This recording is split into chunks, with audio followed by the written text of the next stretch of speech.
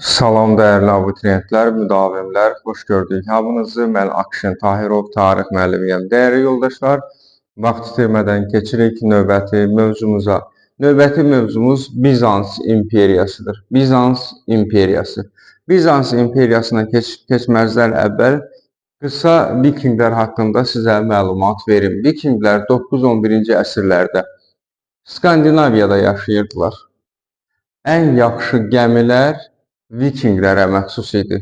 Onlar yürüşlər edirdilər Avropaya xüsusilə. Burada məqsəd həm qənimət ələ keçirmək, həm də ticarət yollarını nəzarətdə saxlamaq, ələ keçirmək. 9-11-ci əsrlərdə dediyimiz kimi Avropaya yürüşlər etdilər. 1000-ci ildə hətta Şimali Amerikaya gedib çıxdıqları haqqında məlumat var. Amma 9-11-ci əsrlərdən sonra, yəni bu dövrdən başlayaraq Avropada baş verilmiş müəyyən iqlimdə baş vermiş müəyyən istiliklər, istiləşmə nəticədə əkinçiliyin inkişafına, formalaşmasına gətirib çıxartdı və Vikinglər daha qarətçi yürüşləri etmədilər. Yəni ən azından bu yürüşləri dəfələrlə azaltdılar və əkinçiliklə məşğul olmağa başladılar. Bizans imperiyası 395-ci ildən 1453-cü ilə kimi deməli mövcud olub. Bizans imperiyası, yəni qədim Roma imperiyasının iki hissəyə parçalanması ilə 395-ci ildə Şərqi Roma imperiyası, yəni Bizans imperiyası yaranmışdı. Bizans imperiyasının ərazisi 3 qitədə yerləşirdi. Asiya qitəsi, Avropa qitəsi və Afrika qitəsində. Dil, rəsmi dövlət dili Yunan dili idi.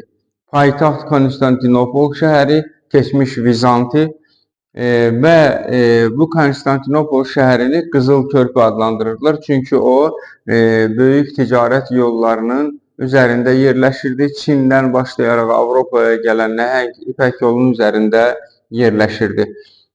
Deməli, Bizans imperiyasının qızıl pulu var idi, hansı ki 3 qitədə bundan istifadə olunurdu. Yəni Asiya, Avropa və Afrikada. 1000-ə yaxın şəhəri olan Bizans imperiyasını şəhərlər ölkəsi də adlandırırdılar, dəyərli yoldaşlar. Bizans imperiyasını imperator idarə edirdi və imperator özündə 3 böyük gücü birləşdirirdi. Həm ordunun rəhbəri idi, həm ali hakim idi, həm də kilsənin başçısı sayılırdı. Ümumiyyətlə, dini və dünyavi hakimiyyəti özündə birləşdirirdi Bizans imperatoru. Keçək İmperator Justinian dövrünə.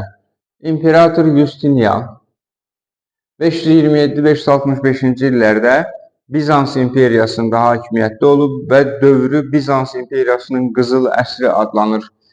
Deməli, onu da əsasən rəmzi olaraq Sofiya məbədindən söhbət gedir. Böyük Sofiya məbədi Justinian zamanında inşa edilmişdir. Justinian imperiyanı idarə etmək üçün Justinian məcəlləsi vermişdir və bu məcəllədə deməli Roma hüququnun əsas mənbəyi kimi qeyd olunur. Burada dövlət və kilsənin möhkəm ittifaqından söhbət gedir. Yəni həm kilsənin maraqlarını, həm dövlətin maraqlarını, ümumiyyətlə imperator ali hakimiyyətini qoruyub saxlamağa yönəlmiş bir qanunlar məcəlləsi idi. Qədim Roma imperiyasının deməli sərhədləri daxilində bu əraziləri bərpa etmək istəyirdi Justinian. Düşünürdü ki, o qədim Roma imperiyasının varisidir və onun sərhədlərini bərpa etməlidir və bununla əlaqədar çox qəti addımlar atır. Başlayır Vandal krallığının işğalına. Vandal krallığı işğal olunandan sonra Oskot krallığı işğal olunur. Ondan sonra İspaniyanın cənubi şərqi ələ keçirilir. 532-ci ildə Sasanilərlə Bizans arasında Justinian dövründə müqavilə imzalanır, sülh müqaviləsi və bununla da dağıdıcı, sarsıdıcı Sasani müharibəsinə son qoyulur. Deməli, Slavyanların və Türklərin qarətinin qarşısını almaq üçün Slavyan və Türklərə ərazi güzəştə gedir və onların Bizans ərazisində yerləşib yaşamalarına icazə verir. Ümumiyyətlə, Justinian zamanında Bizansın ərazisi 2 dəfə artır. Amma deməli, narazılıqlar da var idi. Bu narazılıqların səbəbləri nə idi?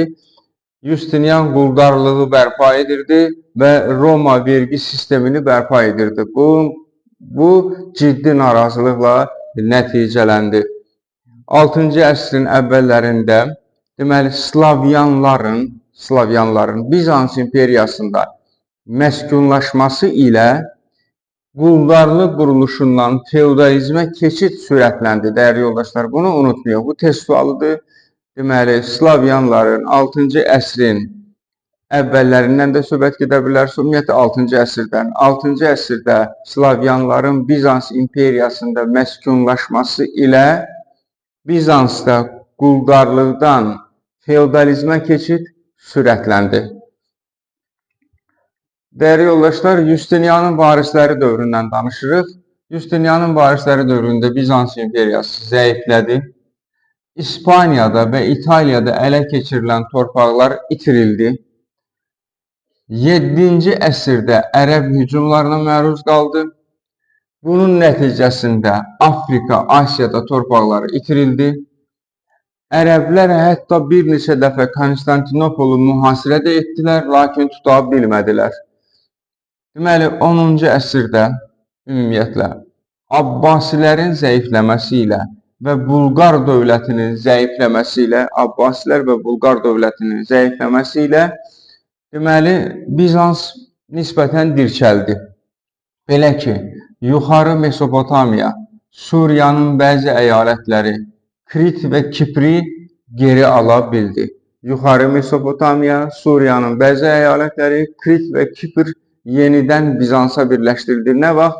10-cu əsrdə. Səbəbi nə idi? Abbasilərin və Bulqar dövlətinin zəifləməsi. Amma 11-ci əsrdə Bizansın ara müharibələri büyüdü və bu da Bizansın ümumiyyətlə zəifləməsi ilə nəticələndi və türklərin hücumları daha da Bizansın tənəzzülünə səbəb olurdu. 1071-ci ildə Malazgirt döyüşü, bu Malazgirt döyüşünü dəfələrlə digər mövzularda keçdiyimizə görə geniş danışmıram. Sultan Alparslanla Roman Diyojen arasında baş vermiş 1071-ci ildə Malazgirt döyüşüdür və nəticədə Sultan Alparslan Səlcuqlu hökmdarı qalib gəlir və Kiçik Asiyadakı mülkləri itirilir Bizansın. Hətta Bizans Səlcuqlara vergi də ödəməli olur. Bu türk hücumlarından, belə məğlubiyyətlərdən, ümumiyyətlə türklərin hücumlarından Bizans Roma papasına müraciət etmək məcburiyyətində qalır. Nəticədə daha böyük fəlakətlə üzləşir. Bu nə idi?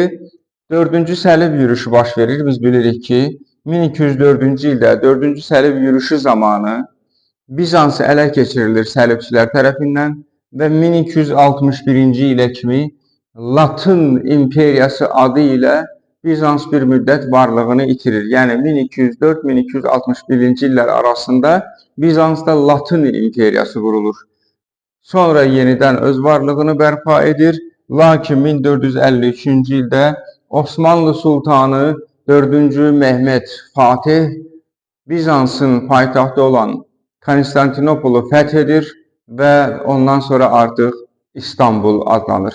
Dəyərli yoldaşlar, Bizans imperiyası haqqında dərslikdəki məsələlər bu qədər. Davam edirik, izləmədə qalın.